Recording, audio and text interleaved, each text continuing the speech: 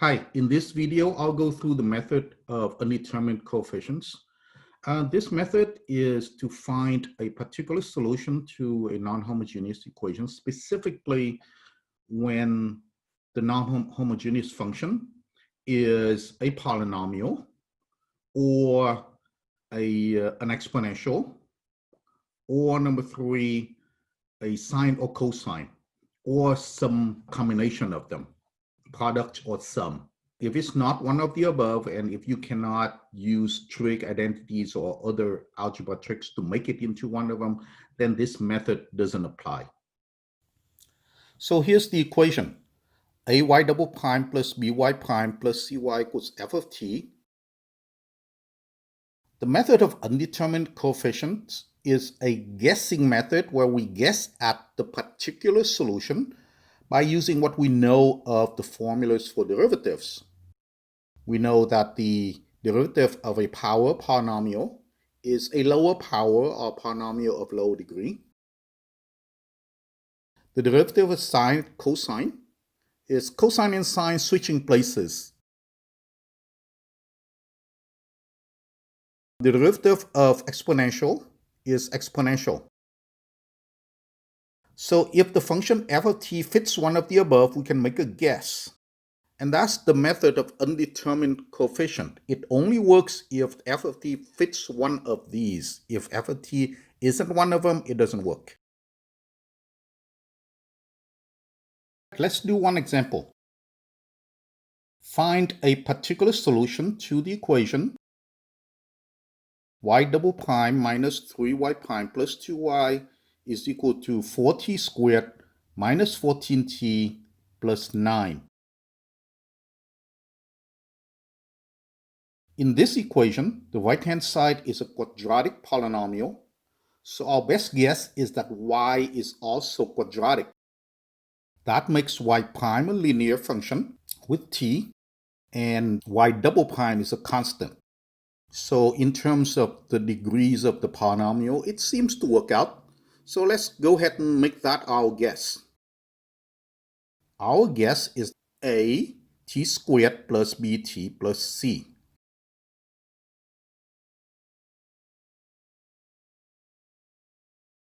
A, B, and C are some coefficients of the quadratic that we don't know yet. So those are the undetermined coefficients, and that's where the name of the method comes from.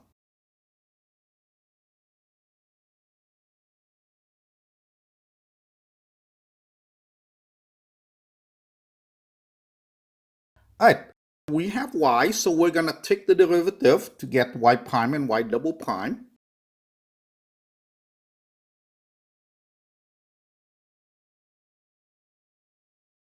So we plug that in the original equation. So y double prime is 2a. We plug that in. We plug in y prime. And we plug in y. And we expand this out. And now we're going to gather all the t squared terms together. All the t terms together. And all the constant terms together. And that's our left-hand side of the equation. Okay, it's supposed to be equal to the right-hand side. So it's supposed to be equal to 4t squared minus 14t plus 9. So that means we can match the coefficients. This is a little bit like doing partial fractions. So we match the coefficients of t squared, the coefficients of t, and the constant. We solve this one, we get a equals 2. Plug in the next equation. B equals negative 1. Plug a and b in the next equation. C equals 1. We have y sub p is equal to 2t squared minus t plus 1. We use a subscript p because this is a particular solution to the non-homogeneous part of the equation. Now we check. Plug into the original differential equation. Y prime is 4t minus 1. y double prime equals 4. Plug it in.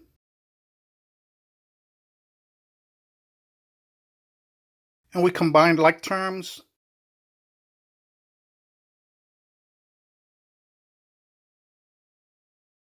And yes, it works out. Good. Box up the solution. All right, let's summarize what we did. We noticed that ft is a quadratic function. So we guessed that y must be a quadratic function also. And that worked out really nice. All right, one more example and then I'll summarize. Find a particular solution to y double prime minus 7y prime plus 12y equals 8 sine t. So let's take a look at the derivative rules.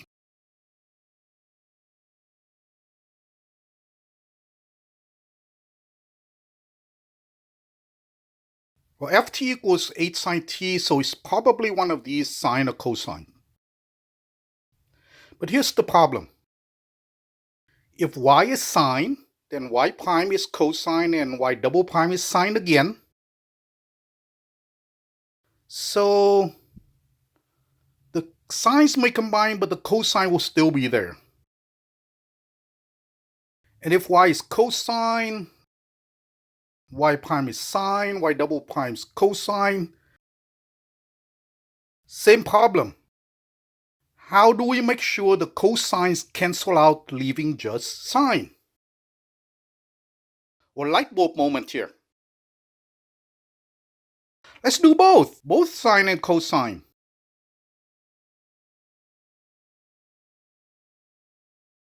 Then y prime and y double prime will also be both sine and cosine, and maybe if the coefficients are just right, the terms will combine properly. All the cosines will cancel out, leaving the sine just right. So our guess of a particular solution is that yp is a sine t plus b cosine t with some undetermined coefficients a and b.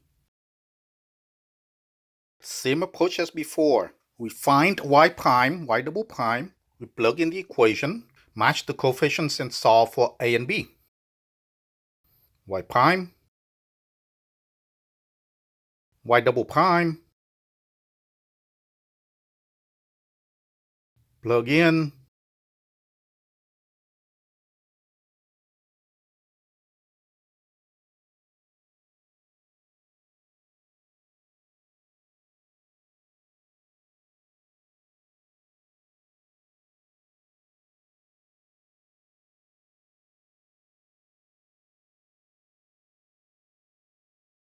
separate out sines and cosines.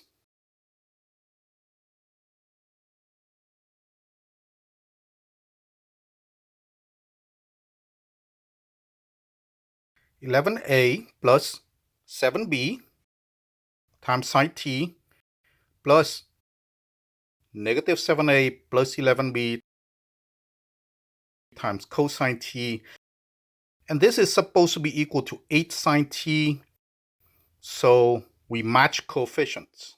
By the way, just to relate to linear algebra, we're able to match coefficients because sine t and cosine t are linearly independent. So they form a basis of a subspace, and so the coefficients are unique and must match. If sine t and cosine t were not linearly independent, we wouldn't be able to solve by matching coefficients. All right, now solve this. A is equal to 11 over 7 times b. Substitute into the first equation.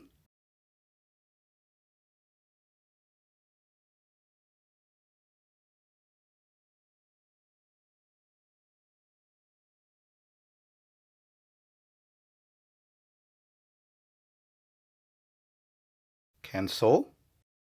B equals 28 over 85. Now find A. Cancel. A equals 44 over 85.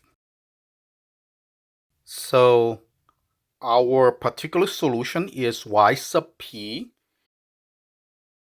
is equal to 44 over 85 times sine t plus 28 over 85 times cosine t.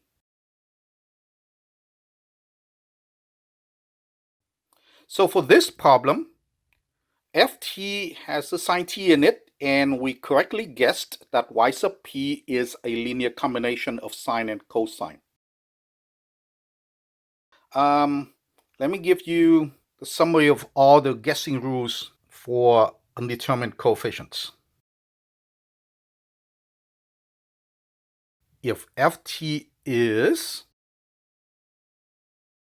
then our guess for yp is polynomial of degree n. The guess is a full polynomial of degree n. Don't skip any term.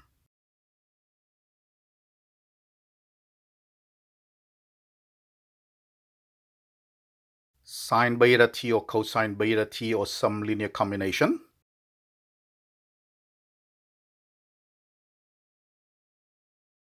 Then the guess is A cosine beta t plus B sine t. Note that it must be the same argument. If it's not, then try using trigonometry to make them the same. But if that's not possible, you have to use a superposition principle to write all the separate particular solutions and then add them back at the end. If ft is e to the alpha t, then the guess is also the exponential.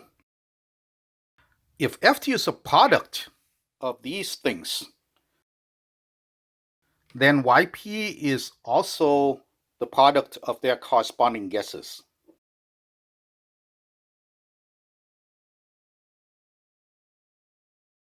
All right, that's almost a complete table.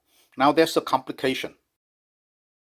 First complication is that if f of t is e to the alpha t and alpha happens to be a root of the auxiliary equation, also known as the characteristic equation, then we have a problem.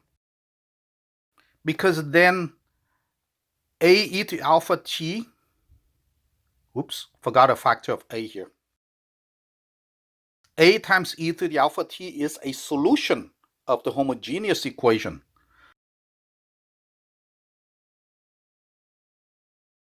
So if we're going to plug it in, it'll be 0.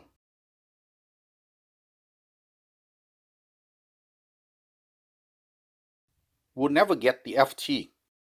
So the way to get around it is to actually use the technique of variation of parameters, and we adjust the guess by multiplying it by a factor of t to some power s.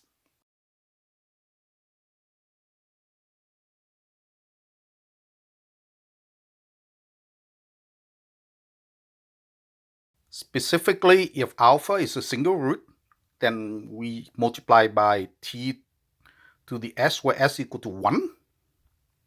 So basically multiply by t. And if alpha is a double root, then we multiply by t squared. Second complication is similar. If ft is e to the alpha sine or cosine of beta t, and alpha plus I beta is a complex root of the auxiliary equation,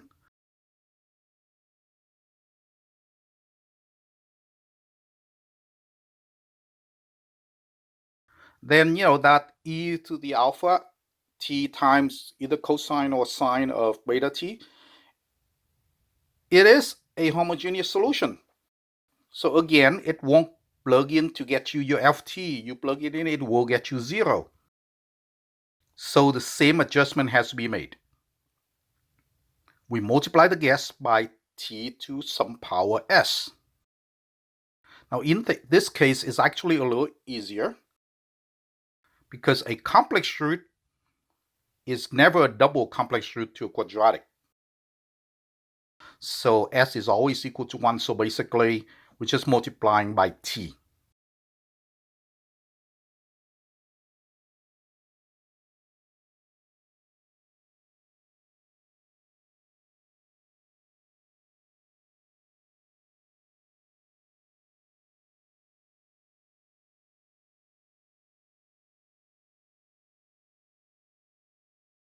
All right, so that's the complete table.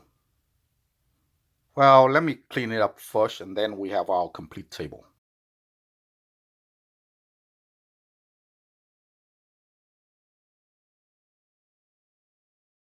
There we go. This table summarizes the undetermined coefficient method for finding y sub p of a non-homogeneous equation. All right, hope that helps.